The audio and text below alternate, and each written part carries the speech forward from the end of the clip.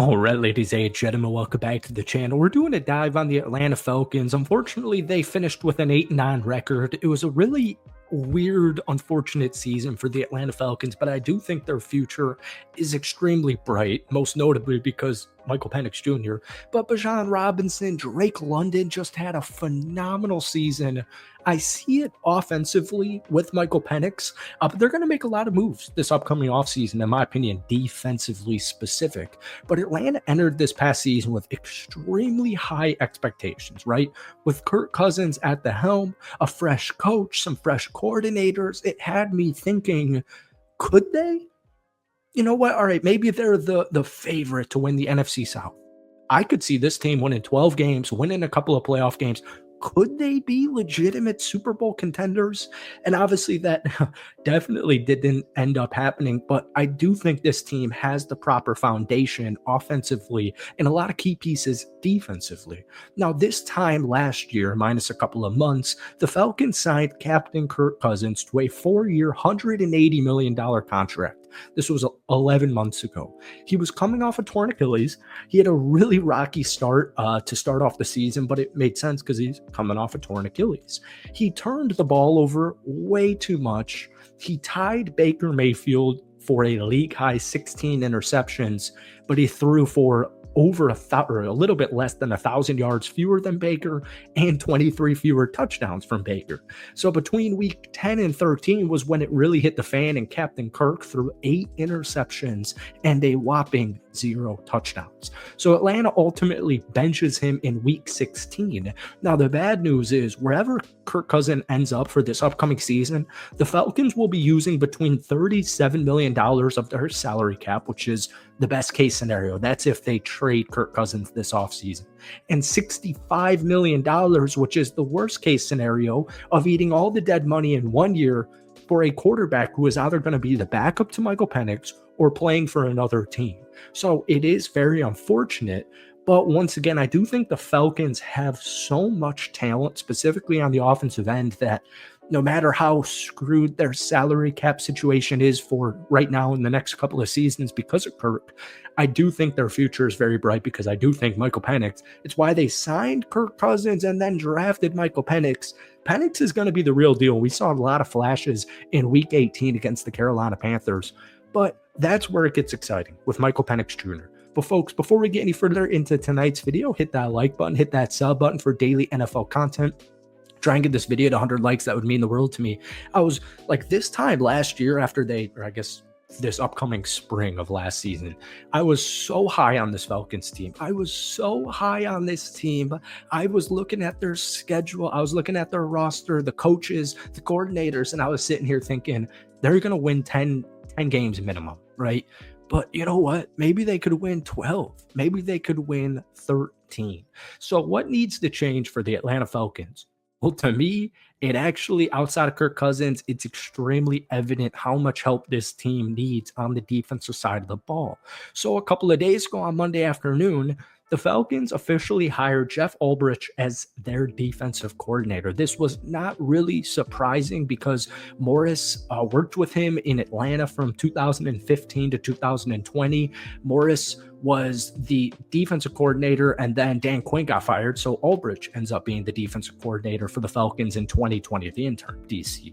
Now, that season was tough because the Falcons were 19th in the NFL in scoring defense, giving up about 26 points per game. They were 23rd in sacks, 26th in defensive EPA, there we go, 29th in defensive success rate. It was just a really bad season for the Atlanta Falcons. They went 4-12. That was the year Dan Quinn got fired after 5 games. But Ulbrich said this quote in his presser: "My football brain is in a completely different place, and I'm really excited." And here's what got me really excited, because on Monday, he skipped past the question of whether he'll run a 3-4 base defense or a 4-3 base defense. And he said that's the language of a dead era in the NFL. The new plan, something that's maybe never been done before scheme-wise. So this is awesome because the Falcons this past season were 23rd in scoring defense, giving up a little bit under 25 total points per game. They were second to dead last in sacks, 23rd in defensive EPA, 20th in yards per play allowed, 23rd in defensive success rate. It was just a bad, underwhelming season for the Atlanta Falcons defense. And the main thing that you're going to see and that we've seen for many years now is they just need a pass rush guy. Now, obviously, the Falcons defense wasn't perfect this past season. There were a lot of flaws, flaws is probably the wrong word, but the secondary was extremely inconsistent. I don't view that as a personnel issue. One thing is extremely clear, and it's been extremely clear for numerous seasons now, and I know Falcons fans are probably sick and tired of hearing this, but they need pass rushing help so badly. I don't care if they sign a guy, if they draft a guy, if they trade for a guy. Like, please, I beg you, Atlanta, to go out there and just get a guy. Now, it gets a little bit interesting because they were second in the leagues in sacks after their week 12 bye with 21. But it didn't result in an overall better defense. That's the issue.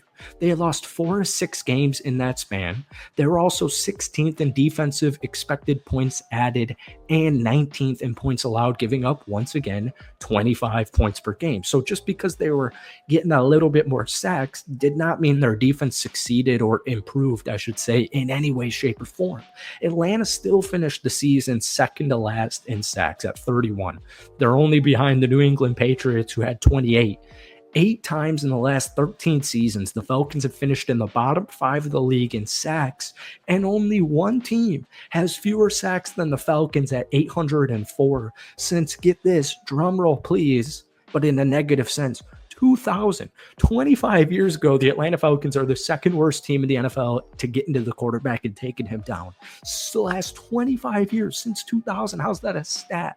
I was really excited this past summer because Atlanta made a move. I remember I was on a walk. I was visiting home in Chicago, and I was on a walk, and I saw on my phone that the Atlanta Falcons just traded for Matthew Judon.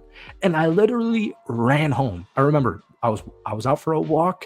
I saw the news on my phone and I ran home. That's how much big of a deal I thought it was. They sent a 3rd-round draft pick to the New England Patriots for Judon, who finished the season 60th in the league in sacks at 5.5, 145th in pressure rate at 8.1%. He is now 32 years old, who was playing on the final year of his contract in 2024. He didn't even want to speak to the media. He declined to speak to the media when the Falcons cleaned out their lockers and just shrugged when asked if he wanted to return to the team next season. So I don't think Matthew Judon is going to be returning to the team next season. But one thing I do have to kind of tip my cap to with the GM, the ownership group, the management staff is, well, hey, you know what? They went out there. Their biggest issue was a quarterback. So what did they do? They doubled down. They went out there. They signed Kirk Cousins and they drafted Michael Penix. Kirk Cousins didn't work out. So the good news is they drafted Michael Penix. And now you got multiple seasons with him on a rookie contract. And your future offensively is extremely bright still. Defensively, they made a couple of moves. They went after Simmons. They went after Matthew Judon. So I do have to give a tip of the cap for at least attempting to make these moves. And that's exactly what I want to see this upcoming offseason. But hopefully they can hit on it. All right. That's it for today. Hit that like button, hit that sub button for daily NFL content. If you guys want more Falcons videos, let me know down below. But guys, give me your thoughts on the Atlanta Falcons season/offseason as it stands right now. Thank you for watching. Have a great weekend. Peace.